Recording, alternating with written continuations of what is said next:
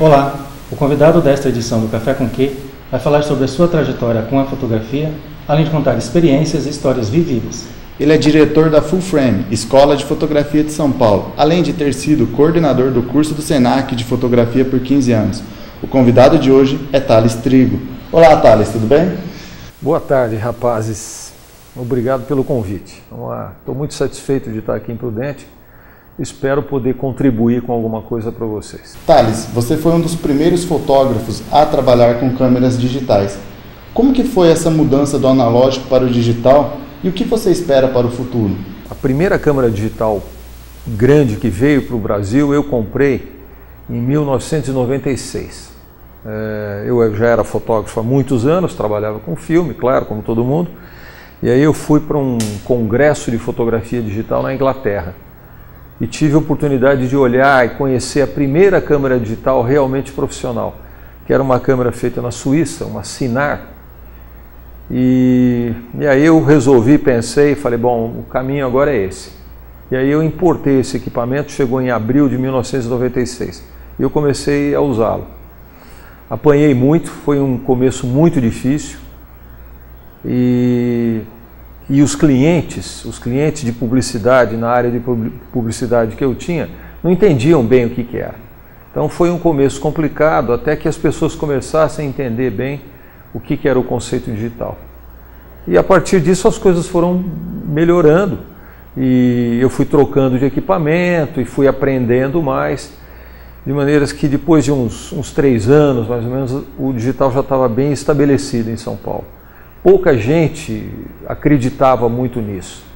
A maior parte dos colegas achava que eu estava entrando numa canoa furadíssima, porque era muito caro, os clientes não entendiam direito, mas o tempo provou que eu estava, pelo menos, correto nessa opção. As dificuldades foram grandes, mas o futuro, eu acho que o futuro do digital é uma coisa muito promissora, não tem como fugir disso, né? As câmeras estão ficando cada vez melhores, cada vez mais baratas também, e o mais interessante do digital é que é uma coisa muito democrática.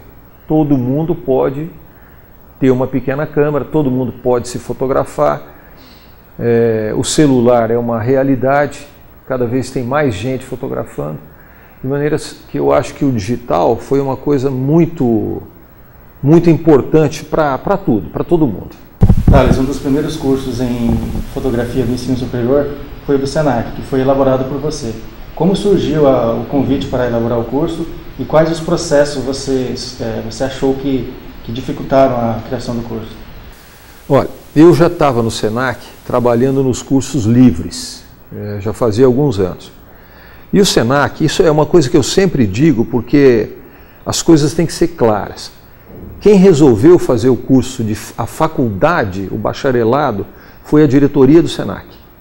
Eles fizeram uma pesquisa bem feita, eu ajudei, participei, mas foi a diretoria. E eles acharam que estava na hora de desenvolver um curso de fotografia, um bacharelado em São Paulo. Aí eles me mandaram para os Estados Unidos, eu fiz uma visita de uns 3 meses em Rochester, no RIT, o Rochester Institute of Technology. É a maior escola de fotografia do mundo. Aí eu passei uma temporada lá, entendendo melhor, tentando entender como é que aquilo funcionava. E aí na volta eu fiz um projeto, chamei o professor Boris, que é professor na USP hoje, e o Boris, junto comigo, ou eu junto com o Boris, elaboramos as ementas do curso, né? O que a gente achava que era um projeto de bacharelado. E na época a gente fez um bacharelado que tinha 2 habilitações, fotografia aplicada, que era uma coisa, como o próprio nome diz, muito mais ligado ao fazer da fotografia, e um outro curso um pouco mais teórico, que chamava Arte e Cultura Fotográfica. E a gente implementou a escola e, felizmente, o projeto deu certo. Foi uma coisa assim, que deu muito trabalho, evidentemente, mas deu certo. As dificuldades são as dificuldades que a gente encontra para fazer qualquer projeto dessa natureza, sem experiência, né? Uma coisa nova. Mas a diretoria do Senac foi muito presente. Então eu sempre gosto de deixar claro que a diretoria ajudou muito, eles participaram de uma maneira ativa e facilitaram as coisas.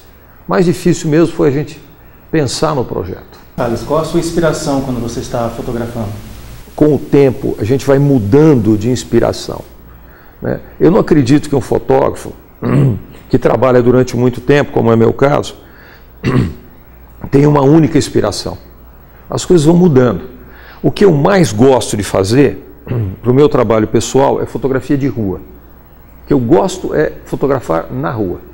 Mas é claro que profissionalmente eu faço arquitetura, eu faço produto, eu faço um pouco de gente, eu faço um monte de coisa. E muitos fotógrafos me influenciaram, muitos fotógrafos chamaram a minha atenção.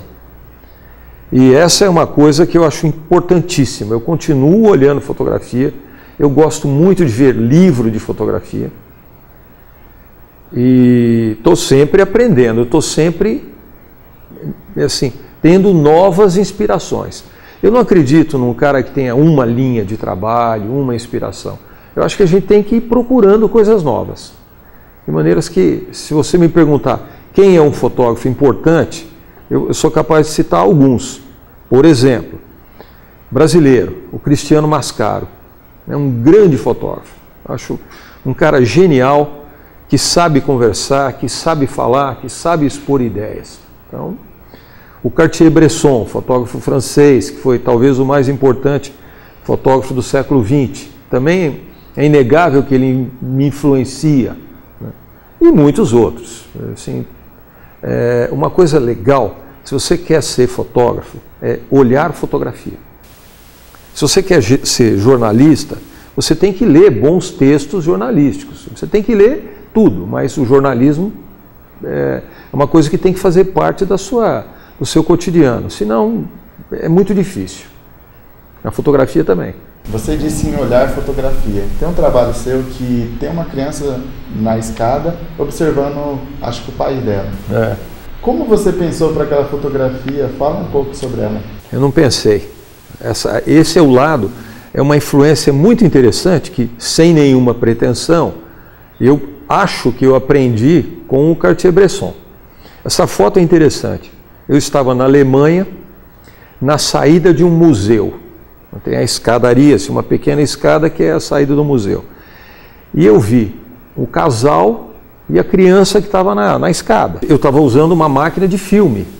Então eu tive a oportunidade de fazer 2 disparos. E eu não queria que os pais nem me vissem, nem queria incluí-los na imagem. Então eu cortei o pai e cortei a mãe, e o centro da imagem é um menininho de um ano, talvez menos até. Então eu tive tempo de fazer 2 fotos e acabou.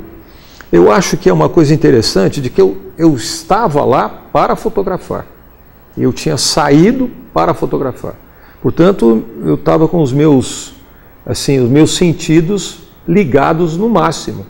E aquela é uma foto bem feliz, assim, eu não tive tempo, foi uma coisa muito rápida, a fotometria é muito rápida e o resultado é muito legal. Qual a situação mais inusitada você já viveu fotografando? Eu já vivi assim, situações muito engraçadas, né? Algumas tensas, outras curiosas, mas eu acho que a situação mais estranha que eu vivi é que foi uma fotografia de publicidade. Completamente controlável.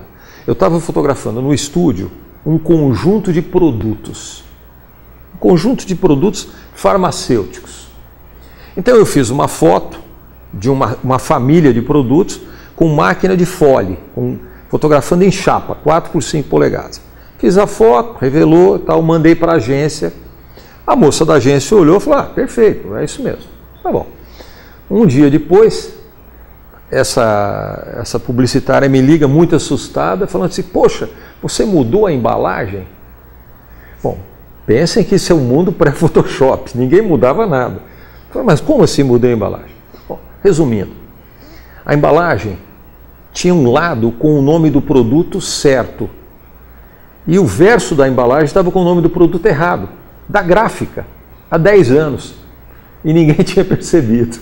E por azar ou sorte, Eu fotografei as costas do produto, onde a impressão estava melhor, a caixinha estava mais ajeitada. E ninguém tinha nunca percebido isso. Então, quando o pessoal, o gerente de produto, recebeu a foto com o nome errado, foi um escândalo. Já fazia 10 anos que eles estavam com aquilo no mercado e ninguém nunca tinha visto. Então eu falei, bom, deixa eu guardar essa caixinha porque ninguém acredita numa história tão maluca como essa. Mas essa é uma história de estúdio, né? Uma coisa controlada.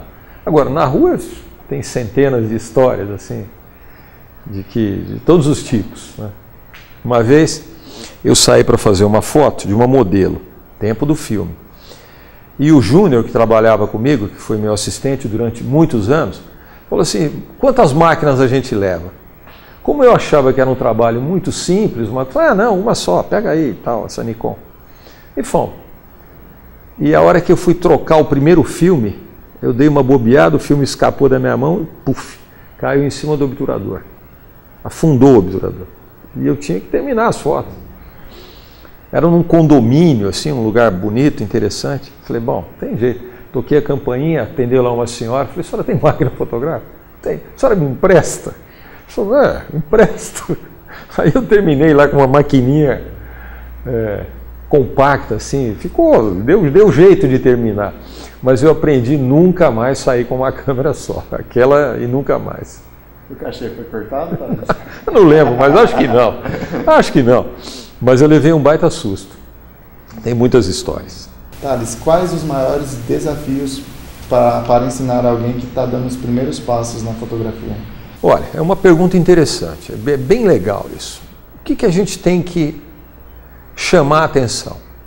Olha, fotografia é uma coisa prática. Então, para você aprender a fotografar, você tem que fotografar. É como escrever. Para você aprender a escrever, você tem que escrever. Não dá para ficar imaginando assim, vou fazer uma foto assim, assim, assado. Não existe isso. Você tem que ir lá e fotografar. Ou uma coisa no estúdio que você produz, ou uma coisa na rua, ou uma paisagem. Mas a fotografia é uma coisa prática. Sem prática não existe fotografia. Essa é a primeira coisa. Agora, a outra coisa é que para você fotografar existe um conhecimento mínimo de técnica. Não dá para você começar a fotografar assim, eu me viro. Tudo bem, você pode se virar, mas o tempo para você adquirir tarimba é muito longo. Então, ter aulas sobre fotografia encurta caminhos. Eu mesmo sou de uma geração de autodidatas. Porque quando eu comecei a estudar fotografia no Brasil, não tinha escola. A não ser pequenas escolas, assim, em São Paulo tinha algumas, no Rio outras poucas, mas era tudo muito incipiente. Então eu aprendi sozinho, lendo. E o autodidatismo tem lá seus méritos, tem lá suas vantagens, mas você perde muito tempo. Você aprende errado, você fala errado, você ensina errado. Então eu recomendo que as pessoas aproveitem o mundo contemporâneo, onde você pode aprender fotografia de mil maneiras, em escolas, por internet, em cursos à distância. É muito mais fácil hoje do que era quando a minha geração começou. Porque pensar a fotografia é uma coisa muito ampla, né? Exatamente o que é pensar a fotografia é difícil dizer. O que eu acho é que você tem que procurar ter um repertório para fotografar. E esse repertório, esse conhecimento que a gente vai adquirindo, vem de conversa, vem de aula, vem de leitura de imagem, livros. É muito importante olhar fotografia em livros. Só a internet não basta. E eu tenho uma teoria muito simplória sobre isso, que é o seguinte: na internet tem de tudo, né? A internet aceita qualquer coisa. Você pode publicar qualquer coisa na internet, boas fotos e fotos bobas também. Em livro também tem. Só que livro dá prejuízo. Se uma editora faz um livro sobre fotografia e o livro é ruim, ele não vende. E não vende significa prejuízo. Portanto, quando alguém vai editar um livro de fotografia, ele tem cuidados mínimos que na internet não existe. Então, se você pega um bom livro do Cristiano Mascaro para olhar a fotografia, você vai estar entrando num universo que já foi analisado por alguém experiente. Um editor, um curador, já fez uma seleção daquelas imagens. Ele já tem uma ideia a respeito da edição. Por isso que eu acho legal olhar fotografia em livro. Hoje, com menos de R$1.000, você compra uma câmera fotográfica semi-profissional. Sim. Como você acha que esse fácil acesso às câmeras de fotografia mudou a forma de fotografar? Eu não acredito que eu seja o cara que pode falar assim, você pode, você não pode. Eu não me meto nisso. A gente tem um filtro no mercado. E isso aconteceu não só com a fotografia. Muitas outras ciências foram simplificadas pelo mundo moderno. É assim mesmo, que a gente não pode falar você pode, você não pode. Ainda mais a fotografia, que não é uma profissão reconhecida. Não é como um médico, um engenheiro, um advogado, que tem que ter cumprido certos formalismos. Fotógrafo é quem fotografa. Certamente tem gente fotografando de forma um pouco ruim, ou inexperiente, ou boba. Isso tem mesmo. Mas não sou eu quem vai proibir alguém de virar fotógrafo, não. A Full Frame foi desenvolvida em 2007 e por lá já passaram mais de 3 mil alunos. Você, como um dos diretores da escola, o que esperar da evolução do curso nos próximos anos? Olha, quem trabalha com ensino tem que estar, assim, muito aberto. Eu aprendo com os meus alunos. Acho que isso é a coisa mais legal. Claro que eles aprendem comigo algumas coisas que eu já sei, porque sou mais velho, porque sou mais experiente, mas eu aprendo muito com os meus alunos. Muito, muito. Eu aprendo coisas que eu nem imaginava que existissem. Com vocês, né, com os jovens. Aprendo com os meus filhos também. Então, eu acho que quem trabalha com ensino tem que estar sabendo receber influências, sabendo receber informações. E eu acho que é isso que, de certa maneira, vai norteando o nosso trabalho lá na Full Frame. Eu trabalho com ensino já há muitos anos e eu acho que a coisa mais importante é o professor tem que ser generoso, ele tem que saber receber seus alunos, estimulá-los, né? Ser crítico sem ser um cara destrutivo, porque uma coisa é você falar, olha, essa imagem podia ter sido feita assim, o assado, a exposição está legal. E outra coisa é você destruir uma pessoa por conta de um pedaço de papel.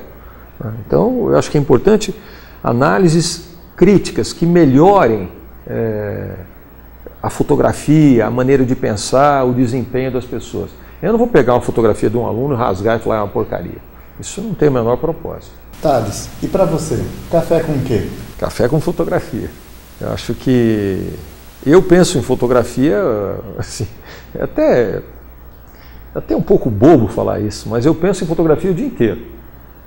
Tudo que eu estou olhando, eu estou enquadrando. Tudo que eu estou olhando, eu estou falando, puxa, dá uma foto legal assim, ou faço para lá. Então, fotografia é uma coisa integrante do meu cotidiano. E eu gosto muito disso e sou feliz por ter a oportunidade de fotografar. É através da fotografia que eternizamos o momento. Hoje, tivemos a presença do fotógrafo Thales Trigo para mudarmos o pensamento sobre como fotografar. Muito obrigado. Eu gostei dessa conversa e, assim, o meu interesse é estimulá-los a fotografar. Quanto mais a gente fotografa, melhor a gente fotografa. Obrigado por sua companhia e até a próxima edição do Café com Quê. Aquele abraço. Até mais.